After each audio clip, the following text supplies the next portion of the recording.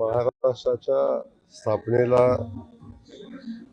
67 वर्ष आज पूर्ण होत आहेत आणि छत्रपती शिवाजी महाराजांनी स्वराज्याचं तोरण बांधलं आणि त्यांच्या आदर्शावर या महाराष्ट्राची वाटचाल चालू आहे. आज महाराष्ट्र सर्व विभागामध्ये वेगानं प्रगती करताना आपण बघतोय आणि देशातलं एक प्रगत राज्य म्हणून महाराष्ट्राकडे बघितलं जातं. खास करून मुंबई जी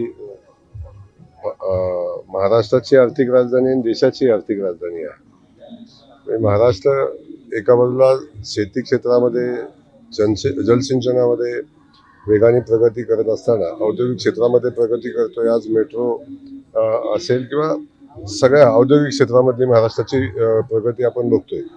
एका विकसित महाराष्ट्राच्या दिशेनं आता महाराष्ट्र पुढे जाताना आदरणीय देवेंद्र फडणवीस साहेबांच्या नेतृत्वाखाली आपण पाहतो. खरं तर राज ठाकरेंनी काल एक टीका केलेली आहे सरकारवर आणि सरकारच्या मंत्र्यांवरती की ज्या रिक्षावाल्यांना मराठी येत नाही त्यांचे परवाने रद्द का करत नाही, एवढी हिंमत नाही का सरकारमध्ये, 4 महिने कशाला द्यावे लागतात असं राज ठाकरे म्हणत आहेत मराठीच्या मुद्द्यावर. राज ठाकरे काय म्हणतात तो त्यांचा व्यक्तिगत विषय आहे, परंतु आपल्या सगळ्यांना माहिती आहे की महाराष्ट्रामध्ये आपण जेव्हा या सगळ्या गोष्टी करत असतो, व्यवसाय करत असतो, तेव्हा साधारण मराठी आलं पाहिजे ही भावना आमच्या सगळ्यांचीच आहे आणि त्या दृष्टीनं मराठी लोकांना प्राधान्य देण्याचा प्रयत्न महाराष्ट्रामध्ये कायम होत असतो आणि प्रत्येक वेळी या गोष्टीचा इश्यू करणं आणि त्या दृष्टीनं एक वातावरण निर्मिती करून स्वतःचं राजकीय अस्तित्व ठेवण्याचा अनेक लोक प्रयत्न करत असतात. परंतु आपण साधारण पाहतो की या देशामध्ये सगळ्या धर्माचे, सगळ्या जातीचे, सगळ्या पंथाचे, सगळ्या भाषाचे लोक एकत्र येऊन काम करत असतात. परंतु ज्या महाराष्ट्राच्या मातीमध्ये, ज्या मराठी मातीमध्ये आपण वाढतो आणि हे राज्य चालतं, त्यामध्ये साधारण या सगळ्या व्यावसायिकांना मराठी आलं पाहिजे ही भावना आमच्या सगळ्यांचीच आहे.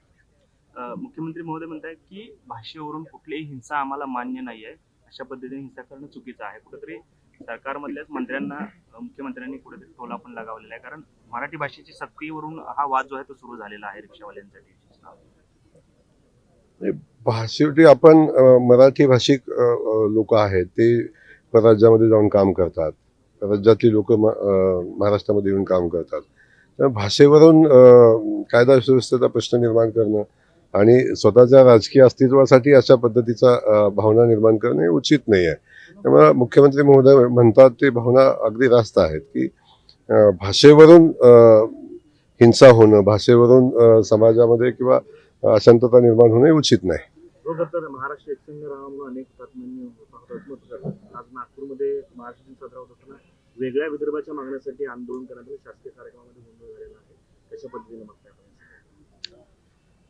आता आपण पाहतो की महाराष्ट्र एकसंघपणे पुढे जात असताना शेवटी विदर्भाची मागणी काही आजची नाही आहे. त्यामुळे काही लोक विदर्भाची मागणी सातत्यानं करत असतात, परंतु आपण त्याचा मिळणारा प्रतिसाद आपण पाहिला असेल. मी त्या विषयावर जाणार नाही, परंतु प्रत्येकाला लोकशाहीमध्ये अधिकार दिलेला आहे, त्या अधिकारामध्ये मत व्यक्त करायला अधिकार दिलेला आहे आणि ते व्यक्त करणं ही तर भारताच्या लोकशाहीची खरी ओळख आहे. त्यामुळं प्रत्येकाला अधिकार आहे, त्या हिशोबाने त्यांनी मागणी केली असेल, परंतु महाराष्ट्र एकसंघ आहे. हो, खरं तर सोलापूर शहरामध्ये जो WIT कॉलेजकडचा रस्ता आहे त्या ठिकाणी गेल्या 4 दिवसामध्ये 7 जणांचा जवळपास मृत्यू झालेला आहे. मृत्यूचं प्रमाण वाढते. पूर्वी तिथे वाहतूक जी होती, जड वाहतूक, ती दिवसा बंद करण्यात आली, मात्र आता ती सुरू असल्याचं पाहायला मिळतं, त्यामुळे अपघाताचं प्रमाण वाढलंय. काय नक्की त्यामध्ये? नाही, मला माहिती मिळालेली आत्ताच मी इथले सगळे कार्यक्रम झाले की मी अधिकाऱ्यांशी मी त्या संदर्भात छोटी बैठक घेतोय आणि काय कारणं आहेत त्या अपघाताची आणि ते थांबवण्यासाठी काय करायला लागेल याचं तातडीनं कारवाई आपण करू. भाऊ, बच्चू कडू एकेकाळी आपल्याच महायुतीच्या विरोधात ज्या त्या अनेक मोर्चे घेतले, घणाघाती टीका केली, तेच आता महायुतीचे घटक होत आहेत. कसं पाहता याकडे? शुभेच्छा असतील. तर प्रत्येकानं स्वतःचं राजकीय अस्तित्व कुठं सुरक्षित आहे, कुठं आपले विचार कुठं सुरक्षित राहतील याचा विचार करून अनेक जण निर्णय घेत असतात. त्यांनी निर्णय घेतलेला आहे, त्यांना शुभेच्छा.